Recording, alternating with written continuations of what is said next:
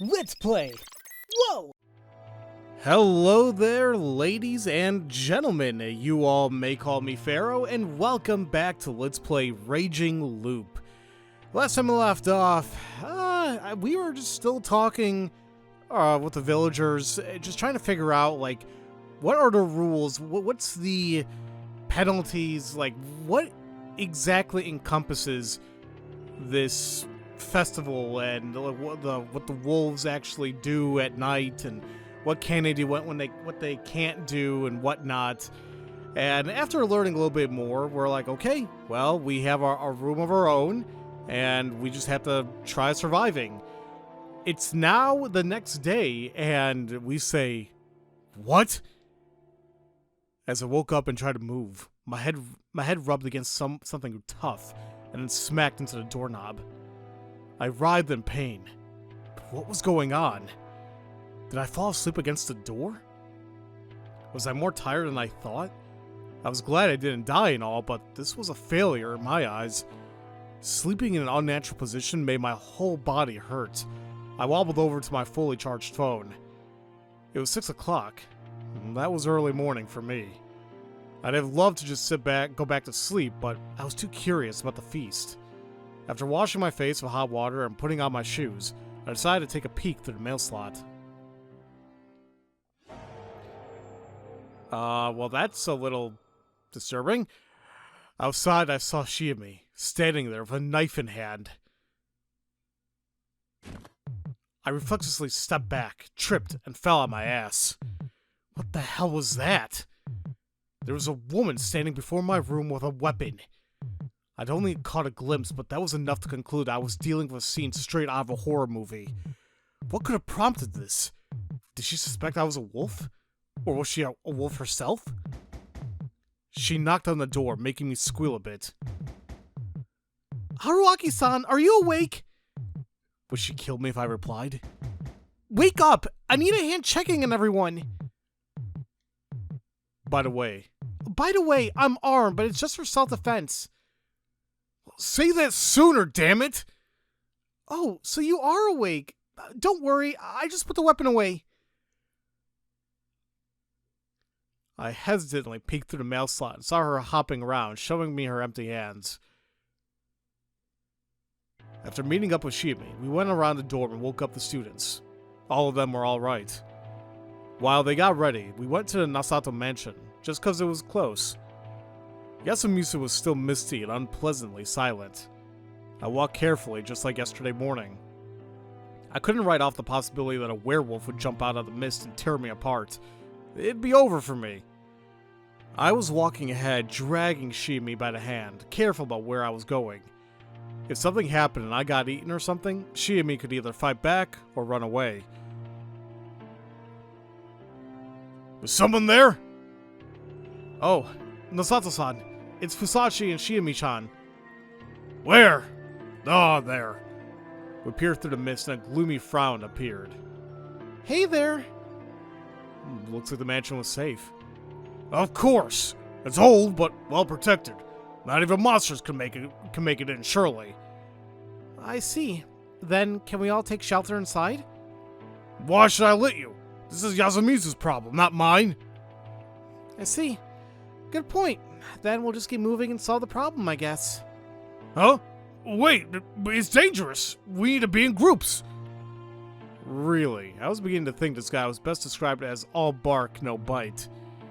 Though prideful and vain, he wasn't as smart as he claimed to be, as shown by his inability to take charge of the feast.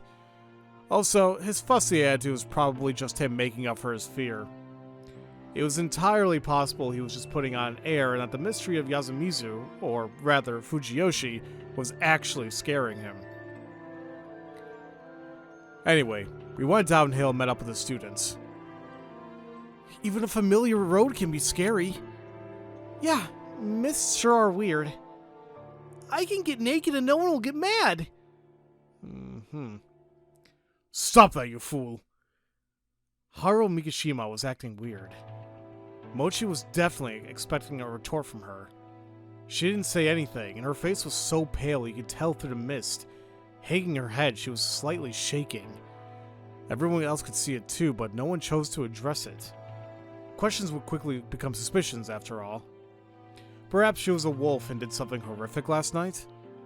As we all thought similar things, she suddenly collapsed to the ground. Are you alright? Don't touch me! Her hoarse scream shocked everyone. Haru-chan? Mi-chan, I just... Sorry, but right now Yeah, I can understand if you're on edge. Be careful about where you walk. We then slowed down. Haru-chan, not touching anyone's hands, was at the rear of the group. Is that smart, if we're suspecting her to be the wolf? Well, I guess they can only turn into the wolf at night. It's not like they can do it during the day, because... Like, my thing, too, is, like, during this feast, it's like when they had to determine who the hell the wolf is, and they gotta hang them, you'd imagine that they would put up a fight, but... I guess they can't turn into a wolf willy-nilly, you know? As we walked, trees and stones drifted in and out of visibility through the surrounding mist. Our vision was so limited, it felt like the world around us was changing with every step we took. A tunnel of trees, a path on a paddy field, a stone platform, a concrete stairway. We walked between realms every passing second. I was still wondering about Haru-chan. What was on her mind? Was she afraid? Or wary? After descending for a bit, we arrived at the plaza. I see all of you are all right. We met two more people in front of the dining hall. Are the elders sleeping in? Ba-chan's still getting dressed. She's not feeling too great right now. Let's check on those who aren't here yet. Come with me, Kiyo. Why are you ordering me? Because we might need some manpower. Fusashi, you come too. This is the first time he'd ordered me to do something, but it wasn't a situation where I could be happy about him relying on me. Yes, of course. He probably had a bad feeling. Namely, that he wouldn't be able to rely on a certain someone ever again. As I passed by Kiori-san, I heard her whisper. Yasunaga, can you help? With what, Mom? Finding Yoshisugu. He's missing. Uh-oh. Everyone had probably had a bad feeling about this. The three of us guys checked the houses. Yasunaga-kun, Shiami, and Mochi walked around the settlement. We agreed to split up and start searching. The misty village was silent. I couldn't hear anyone chatting. I'd seen these buildings from the outside, but it was my first time actually walking in. The shabby buildings built using blackened planks were more or less buried in vegetation. Some were on the verge of collapse. The way their frames jutted from the mist reminded me of the carcasses of giant beasts. I walked on a line between the grass. A footpath, surely. I often heard something small jump in the grass. It was probably just some bugs or frogs, but it still made me flinch. Rikako-san lives here, right? Yeah, in that house. Shit. Why must she live in a place like this? If you don't know, there's no way we would. I guess it's on Miguruma's orders. Well, to my knowledge, she moved to Yasumizu on her own accord, and there's no need for her to be here in the first place. Maybe she knew the mist was coming and came to cast a spell or something to keep it away. That sure didn't work, though. Takumi Muro, I don't mind being disrespectful, you being disrespectful of me, but you should choose your words when talking about her. She's a legitimate Kamifujiyoshi family head. Like I care. This is Yasumizu. She said it herself, didn't she? In the feast, we were all served on the same platter. God. Rikaku-san, are you alright? Apparently, Takumi-san didn't like the Uematsu family, or the four-head families in general. Now that I thought about it, though she wasn't as disliked as Kiyonosuke, the villagers in general weren't fond of Rikaku Uematsu. It seemed like a pretty obvious outcome, though. Uematsu was a settlement of the ostracized. It was impossible for a member of one of the head families who openly spurned them to form a good relationship with the locals.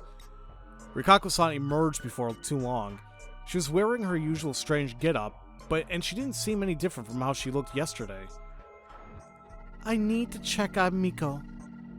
We moved on to the next house. I felt like Rikaku-san was urging me, so I woke the girl up.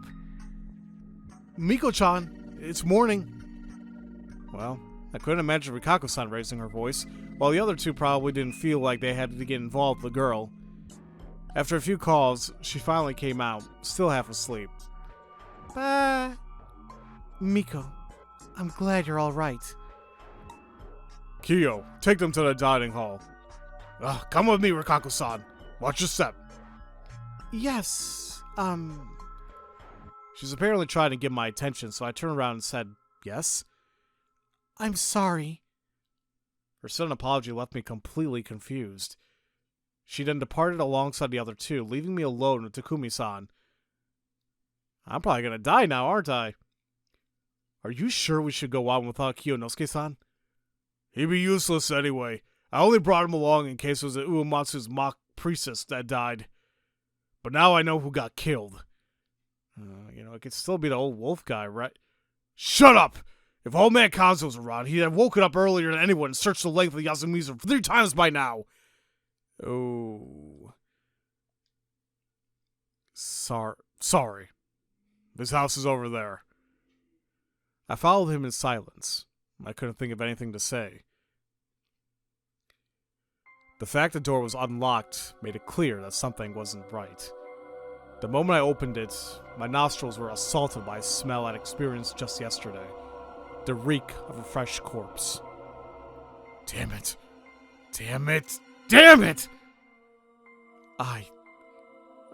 Unlike Takumi-san, who was looking away and cursing, I did my best to burn the scene I witnessed into my memory. I felt like to avert my eyes would be disrespectful, and chided myself for wanting to look away. The body was much more intact than Mamiya-san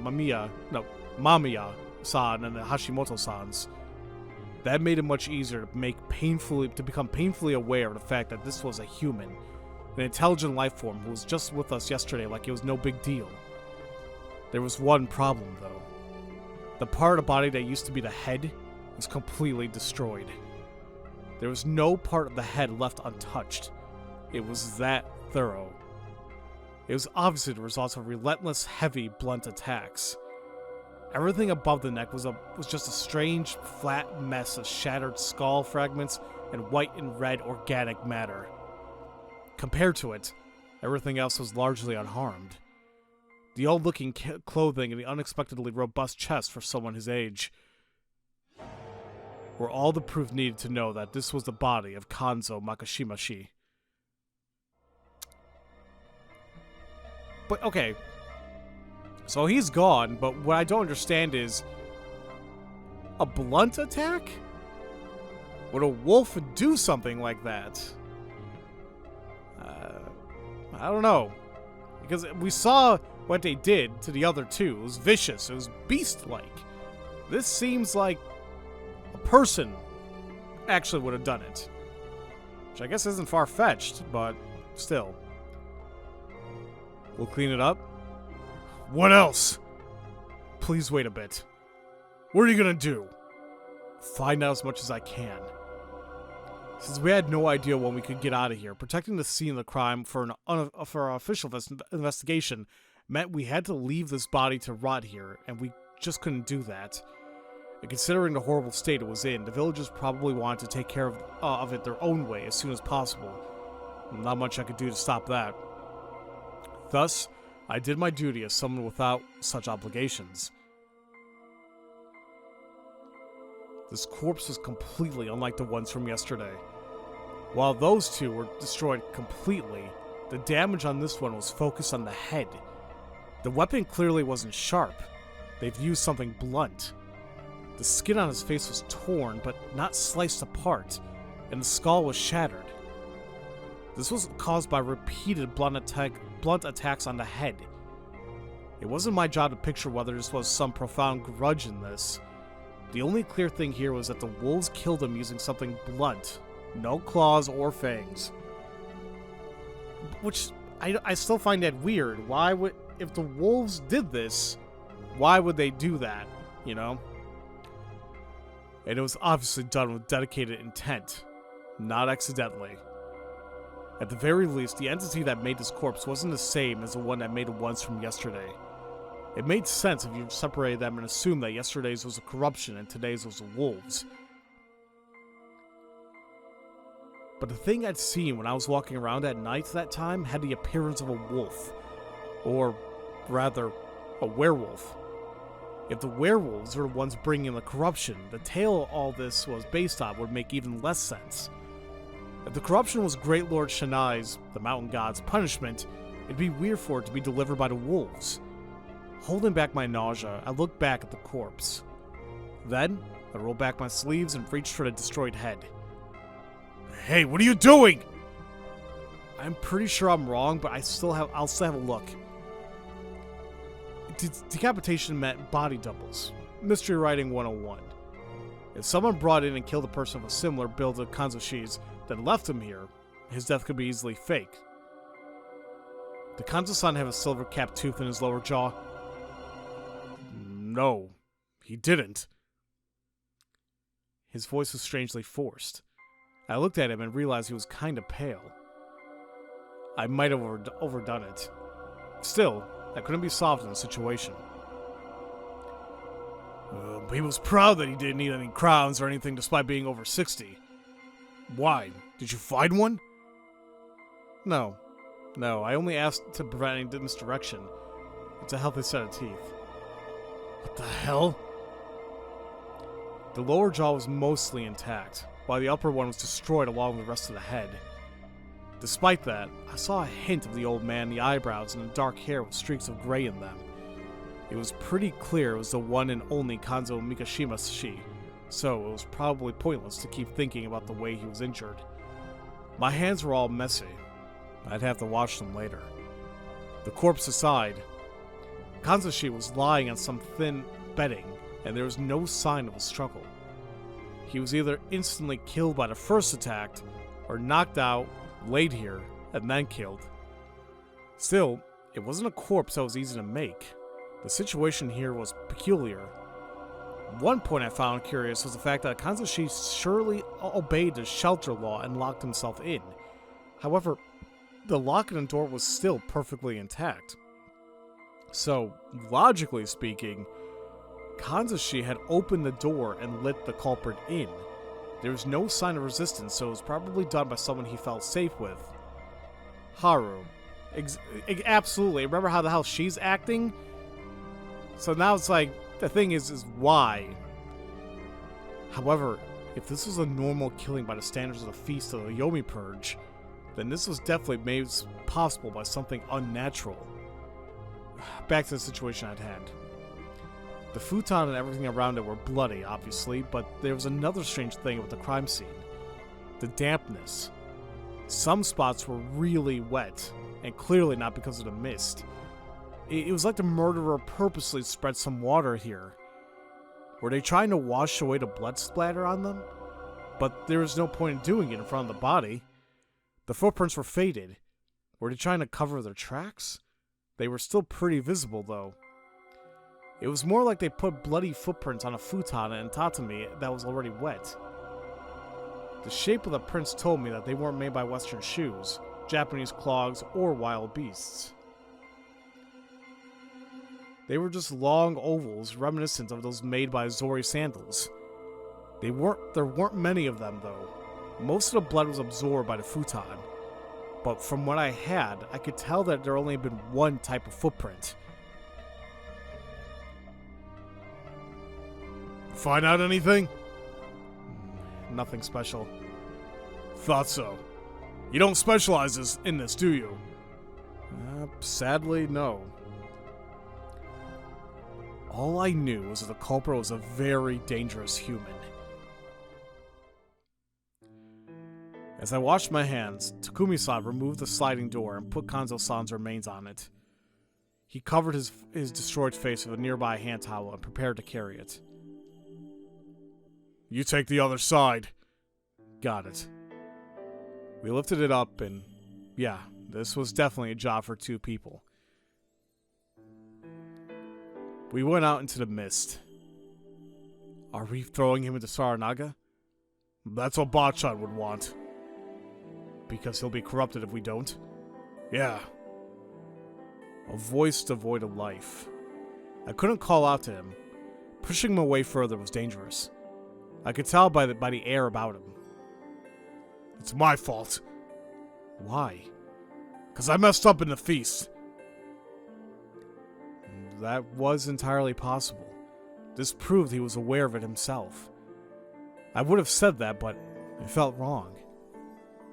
I don't know much, but I think you were trying to do your best. But what's the point if I mess up like this? Then you need to make up for it. I think you'll have to be the one who leads Yasumizu now. I can't. Well, I couldn't either. I was just an outsider, so I had no idea how to console him. Feeling powerless, we approached the dining hall. We'd pass by here and go straight to the graveyard. Yamawaki-san had come out, too. She was in the midst of prayer. Kiori Oribi-san was standing next to her. She looked completely out of it. Rikaku Yamatsu was covering Miko's eyes and looking straight at me. Haru-chan, Kazu-san's actual granddaughter, was watching her grandfather's corpse with an intense expression. It probably wasn't good to make any assumptions here, but I couldn't help it. I felt like her expression was full not of unbearable sorrow, but of anger, hatred, and disgust. I'd never seen them have a nice chat, so I wouldn't have been surprised if they didn't see eye to eye. But still, I'd have liked it if she made a different expression, if only for that moment. I could only think that because I was an outsider who didn't know shit. It wasn't good to make assumptions. Shit. Why was I in this position? Just how much could I even learn in my position? But, as it turned out, I was still underestimating the situation. We can't find Yoshi-kun anywhere. We met Shiemi on the way to the graveyard. She and the two high school guys are still searching, but the mist made it extremely difficult. We told her we'd join once we buried Kanzo-san and picked up our pace. I mean, because if we believe that there's two wolves, then there should be two victims, right? So, I think we saw everybody so far besides Yoshi-kun. So, yeah. Oh, and the old man. I don't think we saw the old man yet. The graveyard wasn't that far. Yasumizu wasn't very big. It only felt like it because of the mists. Or the load. I'd completely forgotten about him. He was alright too, huh? I had no idea why, but he was looking at us, clapping and laughing. That meant that Yoshisugu Oribi-kun was the only one we hadn't seen yet. I was told there'd only be one. The wolves were supposed to kill only one person per night.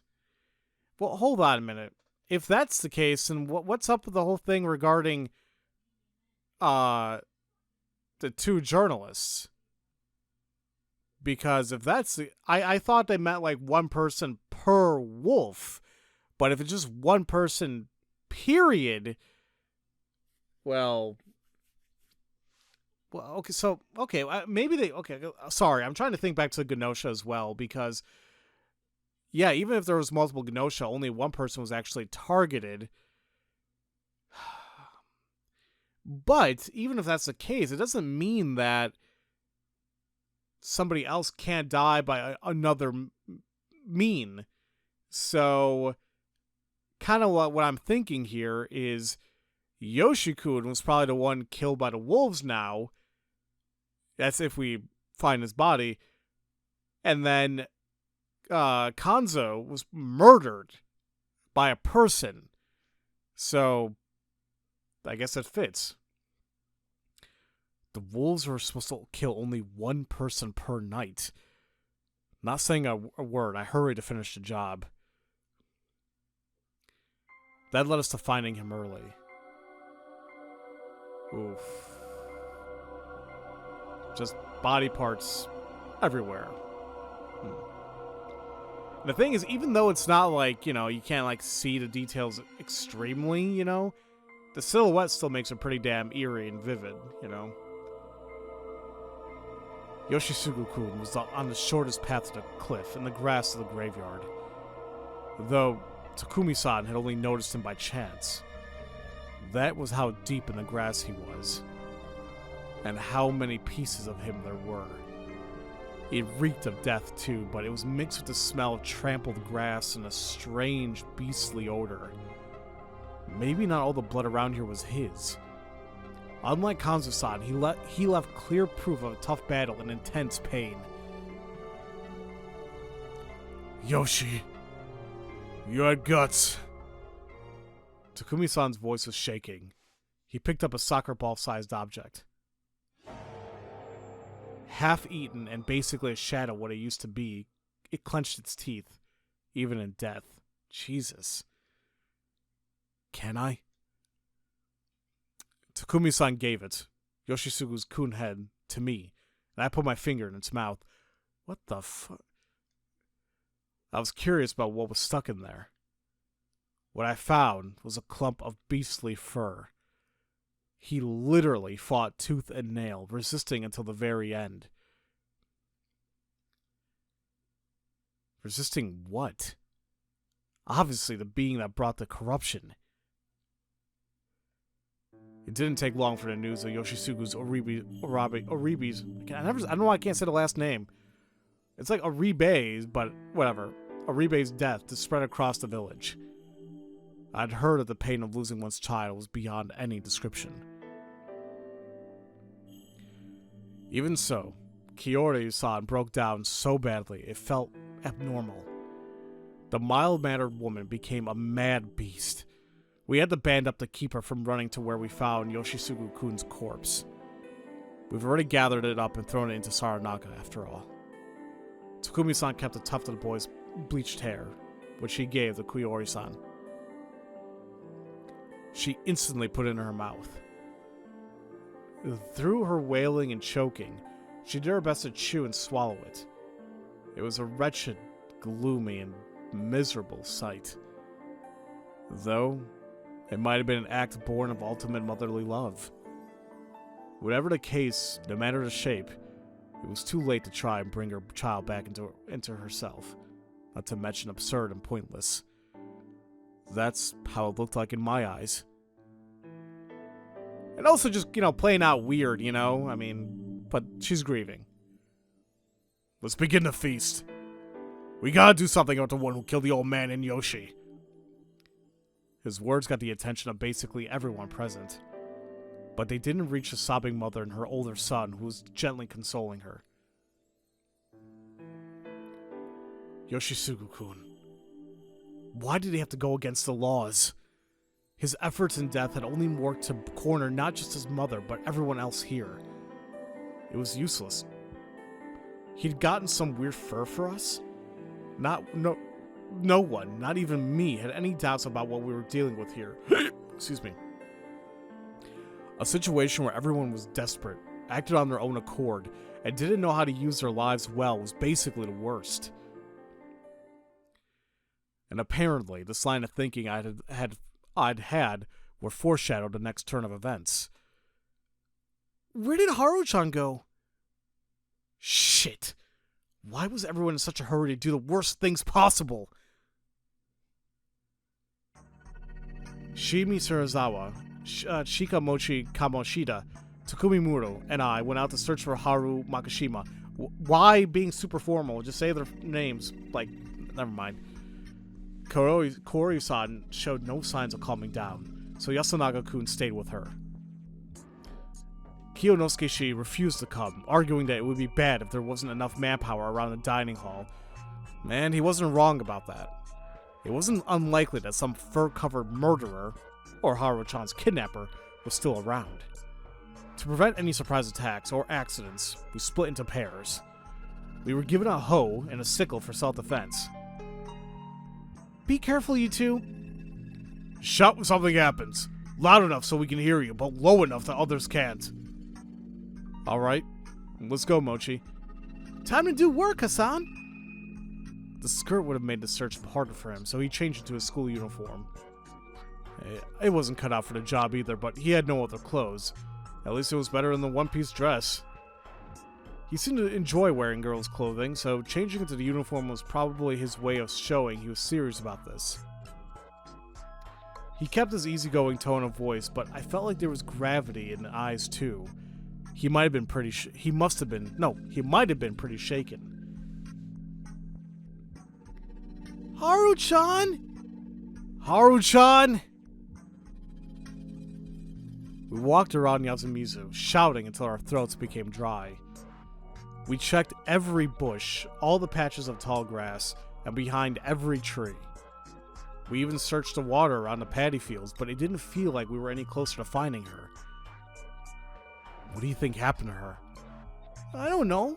Maybe she's shocked by her granddad's death. No. Before that. She's been acting weird since this morning. Was she? Is she really fastidious or something? Fast what? A clean freak. Hates anything dirty. I think I saw hints of that ever since we first met. Oh, I'd say she's just the greatest scaredy cat here. Scaredy cat, huh? She was always really afraid of all the corruption talk. Maybe she just got scared of being corrupted. I see. Fear based on superstition. That made sense, but why had it suddenly gotten worse? What had happened last night? That's why I don't think Haru-chan could kill anyone if she was a wolf. Is that what you think? I don't know if she is one or not, but I really don't think she could if she was. How prudent. That's not like you. Well, we're not talking about me here. I don't want to try and get a read on you. I just want to hear your ideas on what's going on with the Haru-chan right now. I have no idea who or what you're confused about. But to me, Haru-chan is as important as Yasun, if not more. I don't really care about anyone else. So we should just find her. Good point. But no matter how hard we searched, we saw no sign of her. She could have been hiding somewhere, or maybe she collapsed. But I was beginning to entertain another idea. What if she ran away from Yasumizu? I asked, knowing everyone would deny the idea. That'd be hard to believe. When the mist comes, Yasumizu is connected to Yomi, Bachan's words, so anyone trying to escape would just end up there. Not to mention, these mountains are dangerous. Well, all that considered, if there was something that drive her to escape from the village, what could it be? Everyone fell silent. They couldn't even imagine it. It was like their brains had stopped working. If she'd actually wandered out into danger, then we'd wasted too much time searching for her in a village. I had to hurry, so I didn't hesitate to use some big assumptions that bordered on chicanery. What if she could no longer trust the village or the people here? What do you mean? Well, she might have seen something at night or early morning, or come to some sort of realization. Like, for example, what if she found out that someone she knows well is a wolf who'll kill people like it was no big deal? Everyone gasped. She's young, so she's still pretty unstable. And since Yasumizu is so small, it wouldn't be strange if she felt like she lost her place here if someone betrayed her. The girl seems pretty emotional, so it makes sense that she jumped straight to running away, right? You make a solid argument. But then what do we do? Give up? That was the thought of someone from Yasumizu. I'll go look for her. I'm not afraid of the corruption. And that was the thought of someone from Yasumizu who had a few screws loose. Anyway, I'm an outsider. I'm not exactly averse to leaving anyways, so I'll look for her too. I said I'd stop you, didn't I? Don't worry. I'll head back the moment it gets dangerous. She definitely won't head to Saranaga's direction, so I'll focus on the path to school. Also, adults shouldn't turn their backs on children, right? Hassan? I can't argue against that. Of course, it's possible that she's still in Yasumizu, So you two keep on searching for her here. Leave it to me. Run away if it gets dangerous. Hassan, about what you just said. What do you mean? You know, the thing about Haru-chan losing trust in everyone as a result of something she saw? What about it? That didn't actually happen, did it? Who knows? I was just raising the possibility. It's likely, though, isn't it? So, what, you think she saw me or Yasun walking around with a mouthful of huge fangs? That's a possibility, too. Not sure I buy that. Is that just your intuition talking? Yep, it is. Speaking of which, I also feel like this Feast of the Yomi Purge is designed to keep the wolves from being outed easily. You can't see them at night because you can't walk outside. You can't stay gathered in one place and watch each other. You can't call the police, so there can't be any investigations. And since everything's covered in mist, things can happen without anyone realizing. And that's why you can't get out of that you can't get that sort of solid proof. How could the players send people to be hanged without the slightest bit of material evidence? If you ignored the weird guardian powers, it was all quibbles, agitation, sophistry, emotional arguments, connections, popularity. Basically, the power of communication. I don't really get why, but yeah, I think it's designed that way on purpose. Nothing was certain. They were put into dangerous arguments, with their only weapon being their eloquence. It was a feast of doubting, hurting, and eventually killing one another. If there was such malice behind this, then Shikamochi Kamoshida had a point. Are you a detective or something? Huh? No, that'd be Yasun. He might know more than he lets on. I'd have to talk to him then. We arrived at the mountain pass separating Yasumizu from the rest of the world. The large stones at the sides were like torii without a top. They might have had religious significance. There's no rule against stepping beyond here, right? Nope, only that you can't run away from the feast. We were going to fight Haru-chan, so we were good. Ignoring the fact that Haru-chan was breaking that law, we passed between the stones. But we soon had to stop. The path was blocked by a landslide. According to Mochi, despite being pretty rocky, the ground in this area was strangely fragile, so landslides weren't that uncommon. There had been some pretty bad rain last night, hadn't there? If that was related to the mist's appearance, it wasn't unlikely that we get both the mist and this landslide at the same time. Despite that, this felt just a bit too convenient. I had to consider the possibility that the people in the settlement above blocked the road to keep the Yamabito from getting through. Hassan! There was something way more important. We found footprints in the still damp mud. It was proof that she'd passed through here. They disappeared into a small cliff that only reached up to my shoulders. She had to have climbed up and disappeared into the forest. Let's hurry! Yeah. The term virgin forest was used to describe forests that were still untouched by mankind, letting nature have complete control over it. Many of the cedars here looked imported, so that term probably didn't apply to this one. However, it wasn't tended to whatsoever, so the words natural or undeveloped definitely worked. There were many fern saplings on the surface, a canopy of leaves above, and a thick mist all around. It certainly didn't feel like a place humans were welcome. For better or worse, the new ferns seemed slightly trampled, indicating that someone had passed through here recently. Over here! Be careful. She got lost in this road after all. Haru-chan! Should you really be shouting like that? It's one of the basics of living in the mountains. The beasts run away if you scream. Oh yeah, I almost totally forgot about the very real threat of wild animals. I realized I lost myself in the mood and became kind of embarrassed. Haru-chan! Say something! Shouting over and over, we kept moving forward. She tried to follow the path, but all the cliffs and boulders in the way made her stray from it. 10 minutes later, we'd lost all sense of direction. Yeah, this place really was dangerous. Could we really find her? And even if we did, wouldn't it be too late? I was reminded of Yasumizu Oribe and his cruel fate. Where were we about to lose yet another life? As my thoughts turned to that very real possibility.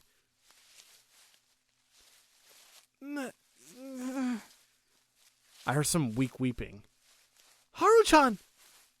Mochi, stay away! Are you alright? Please, don't come after me. I had a bad feeling about this. Something really bad might have happened to her. Wait up! Hey! Shigemochi went after the voice with no hesitation. His body was quickly buried under all the plants and mist. Give me a hand, Hassan! His lack of hesitation felt dangerous in some way. Was I just imagining it? Anyway, I went after him and quickly caught up. God, it hurts. It hurts! Haru Makishima was buried under all the greenery. It's her leg! Stop! Ow! I walked up and... man, this was pretty bad. Her leg was all covered in blood. Her shoe and foot were pierced by a sapling that was broken right at the bottom. She stepped on this? Can we break it off? Nope, we gotta pull it out. That'll open the wound. There's some lawn marsh, pennywort, and chameleon plants here. Let's close it with them. You can do that? Nasato's a family that made medicine. First I heard of that, but I had no choice but to believe him. She resisted verbally, but she was too tired and weakened to do it physically. I picked her up, doing my best to ignore her wailing because of the pain, and pulled her away from the branch. Shigemochi quickly took care of her wound and used a handkerchief to stop the bleeding. Let's go back. Can you carry her? Of course. You sure you don't want to do it, though? Who knows? I just don't have the bill for it. I thought of saying that Haru-chan would have preferred him, but she was barely conscious thanks to the pain. We didn't have time to waste on sentimentality. Lead the way. Only one lost person is enough for one day. One lost person is enough for one day. Oh, going back is easy, but man, it really does look like getting out is impossible. Agreed. Haru-chan! Oh, I'm so glad you're all right. She isn't. Tsukumi ni call Taiba. We've got a wound to patch. Got it. Our return caused quite a commotion, and by the time things had begun to calm down, it was way past noon. Haru Makishima's escape attempt distracted everyone, but none of the problems were actually solved. Kanzo Mikishima-shi was killed by the wolves, while Yoshisuke Oribe was taken by the corruption. I still find that weird, but... So hold on. Wait. So the way that these bodies were like mangled and all that, that's not the wolves? They just say that that's the corruption? So I guess that would make sense why two people were killed. That was the corruption's work, not the wolves. But what the hell is up with the corruption to do that? But even then, why? But no, Yoshi had a tuft of hair in his mouth. Like he was fighting a wolf. So I think I'm getting something confused here, and I apologize, but whatever. Yoshisuke's Kun's death was especially problematic. Each meaningless death was yet another obstacle against resolving the feast. Even if they picked and hung someone during the day, it wouldn't guarantee that there'd be one less wolf. It was way more likely that they'd get rid of an innocent. Even worse, the wolves in the group would most likely try to leverage the hangings in their favor. They'd claim to be innocent while casting doubt and blame on the other survivors. To win, the humans need to do their best to see through such trickery and identify the wolves, possibly even making them confess. That was how I saw it anyway, and I was the one with the least info here. With that in mind, all humans who died by breaking the rules were actually doing the wolves a favor. If she'd actually disappeared, I'd said the same about Haru Makishima, assuming she was human, anyway. Perhaps someone encouraged them to break the rules? If that was the case, the wolves were ruthless, knew the rules well, and were steadily advancing toward a complete victory where all humans lay dead. There'll be someone influential or a player who's invaluable to the humans. That'll be Kanzo or Yasu.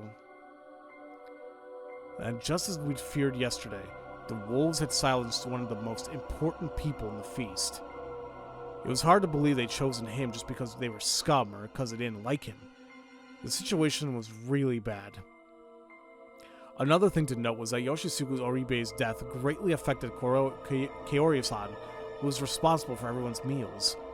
That was a major problem. Good work, everyone. Here's some. When she tried to give us tea, once we arrived for the search, her face was pale, and she was shaking like she was having a seizure. Despite her attempt to carry on as normal, her composure was in pieces. It was so painful I could barely watch. Takumi-san should have been supporting her, but he was just gloomily hanging his head. In the end, she and me had to lead Kiori-san back to her room and stay at her side. I can only hope that was enough to calm her down. However, it was nearly time to do the inevitable. I recall you saying that we should start today's feasts. Now is a good time as any, don't you think? Kiyonosuke addressed the downhearted people gathered in the dining hall. Does it look to you like anyone's up for it? The day will end at this rate. The wolves are clearly intent on killing us all. Can we really waste time waiting in a situation like this? It'd work in their favor. We have to pick someone to hang no matter what. Don't you agree, Muro? Alright. Yasunaga, try talking to everyone upstairs. That was where Tai-san looked after Haru-chan, and Shime looked after Kiori-san. Oh, I'll go too. You don't have to, Mochi. Just let me tag along. Shikamochi winked at me, for some reason. It might take a while. Yeah, take your time. Everyone has to be there, after all. I will go prepare. Please do. Oh, wait. Now's my chance. Yasunaga-kun, can we talk? Huh? About what? Sorry about your brother. Thank you. That makes it a bit better. For him and I. That's a very mature way to talk about it. Maybe I should have sounded more my age then. This boy was already pretty mature. You didn't get along with him? That's not it. We didn't always see eye to eye, especially recently, but he was a really good guy. I think so too. It seemed like deep down the tough guy routine was really just an act. Did he get along with your mother? He did. Despite all he said, he really did love her, and she probably loved him more than me. Oh, that's not what I was asking. Sorry. All human relations were complicated. Prying too deeply wasn't a good idea. I'm sorry. What did you want to know? A few things. Mostly about the legend. Tai-san is a better person for that. I need the opinion of someone more rational. First question. Why do you think the wolves kill the humans? Well, because they're angry at humans for tricking and killing them. Let me rephrase that. Why do the people given a role of the wolf suddenly become able to kill their friends and family with no remorse? Huh? Are you suspicious of Haru-chan and I? Oh, no, sorry, that's not it. I want you to look at this from a general perspective. Say you've been told that you're a wolf. Could you just accept it and start killing people? No way. Exactly. No way you could.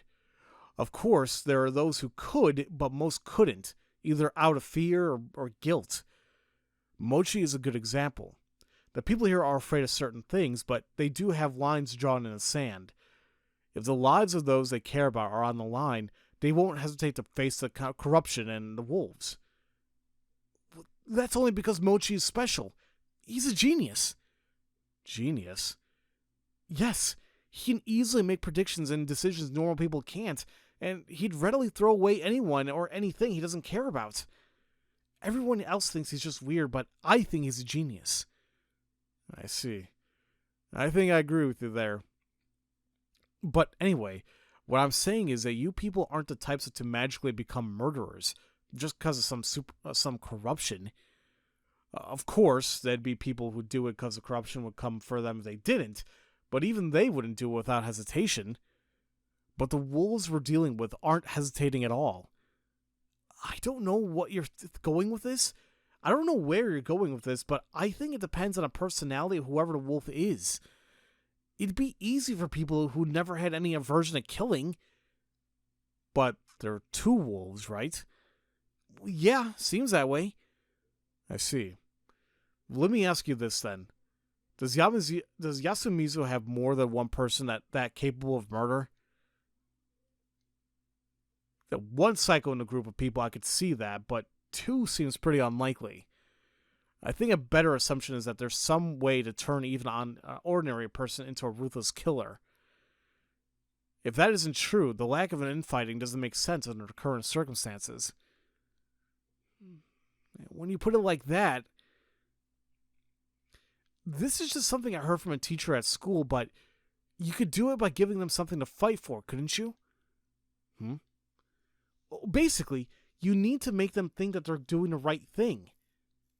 That the wolves are doing the right thing. I see. Well, that's an interesting way to look at it. It's how countries convince their people to go to war. Yeah, that's what the lesson was about, but I think your perspective is a bit flawed. What do you mean?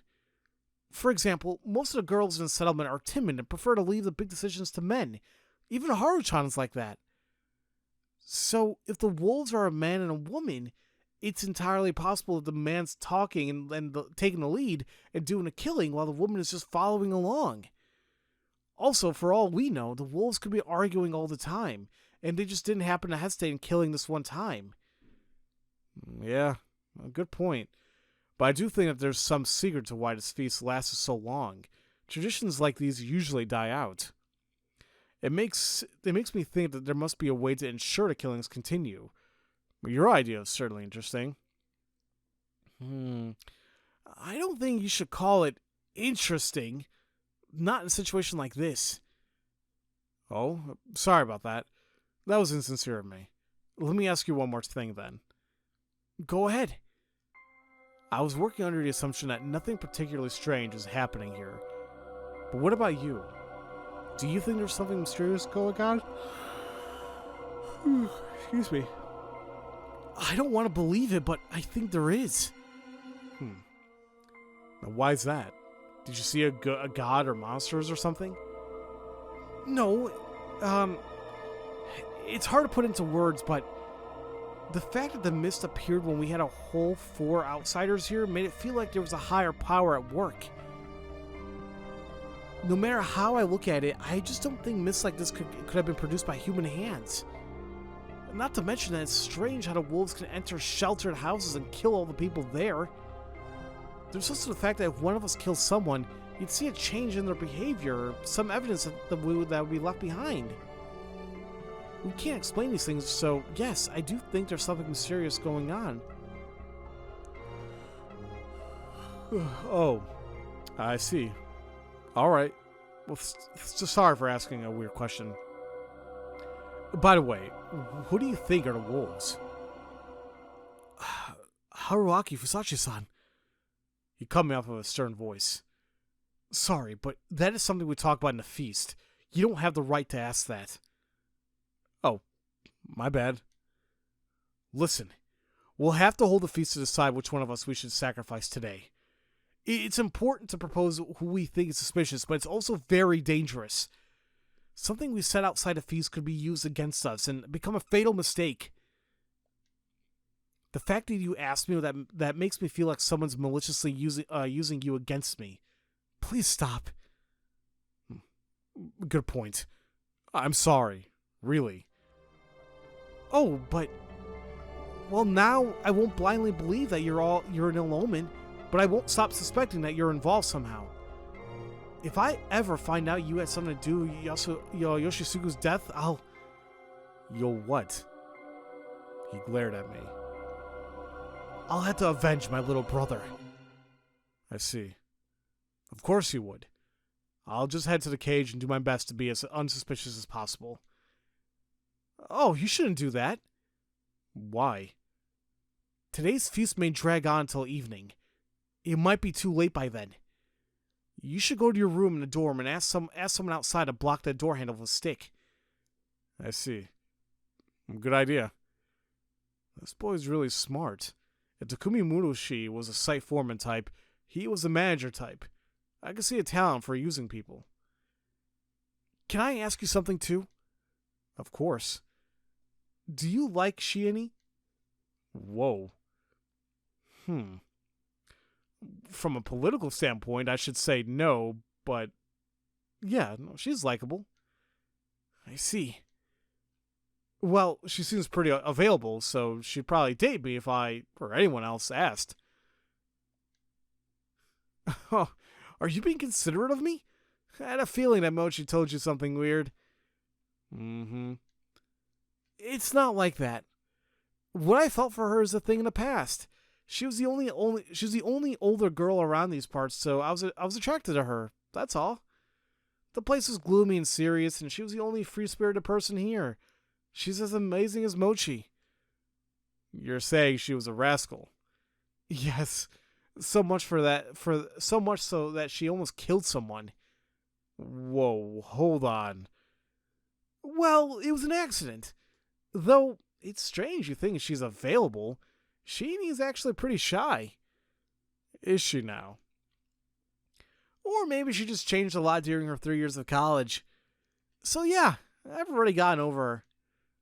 Now I feel like you're the one being weirdly considerate. That's not healthy, you know. It's all good if you like her. This is hardly the time or the place for that. Good point. That was it, huh? Eventually, everyone gathered and went to the hall. Just as I was told, I asked for them to lock me in my room. After getting everyone, including Takumi-san and Tai-san, to understand, Yosunaga-kun, Shiemi, and I went to the dorm. Shioni, you think he can jump from the window to the branches? No way! Even if he made it down, he couldn't get back. The two verified how secure a place like this was to lock me up in. If they were the wolves, it'd be impossible to outwit them. Humans stood no chance. Anyway, we're locking you in. We'll come open it up if we have the time, but you might end up staying like this until morning. Alright, fine by me. It's gonna be hard, but I hope you do well. Thanks. Sorry you're caught up in problems in such a crappy village. Excuse me. I'm more worried about you. Wow, isn't that nice? I'll do my best. All done? We're locking you in then. Yeah. You be careful too, Yasunaga-kun. You're now your mother's only child.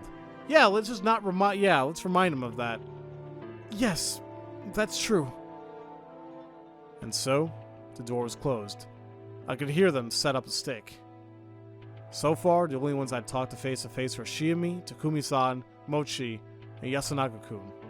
Just 4. The ones I hadn't talked to were Tai Yamawaki, Rikaku Uematsu, Miko, Kiori Oribe, Haru Makishima, Kiyonosuke Nasato, the old wolf guy. A whole 7. I had no idea if there was significance in that, but I wanted to know what kind of people they all were. 4 people had already died, and if you ignored me, there were 11 left. Once the snake revealed what Kirinosuke was, he and the snake, Takumi-san, would be the only ones with confirmed roles. The other 9 would be suspects. When one was hanged, they'd be 8, and when one died in the night, it'd be 7, which was still quite a lot. They had to hurry before it was too late. The humans had to act now. Hello? Whoa, what? The supposed fixed door slightly opened up. It was Shiemi. I forgot, but I might not get to give you your dinner, so have this at least. She threw me a yellow food box, the kind you find in any convenience store. Thanks. Seriously. Don't mind it. Oh, by the way, Oh? What? tell the monkeys to reveal themselves. Why? Think about it. You'll understand. And you know you have to do something before it's too late. Sheenie, what are you doing? There's no time. Go. Yeah. Okay. She closed the door and put the stick back. All right. What next? All right. What's next is that we will go through this feast and figure out the hell's going on. I kind of wish that this game had the same setup a little bit like Genosha. And what I mean by that is it tells us like who's still alive, what's the what status is everybody's, like what role do they have, things like that, you know. It's just a quality of life thing. I mean, it's not hard to figure it out here. But I guess at the same time, because Genosha was a thing where you played it and it was like round after round after round and things changed all the time, it was important to have that information. Here, since this is a visual novel, it's more... I guess it's kind of like things are really concrete, you know? Like, I don't know how else it's going to diverge really outside of, like, coming to the village. Because, like, from the paths that we've had so far, a lot of it pertained to, like, these two wolves and whoever the hell the two of them are. Before then, maybe things change. If you guys remember in the very beginning, we had a... well, actually, I'll show it here.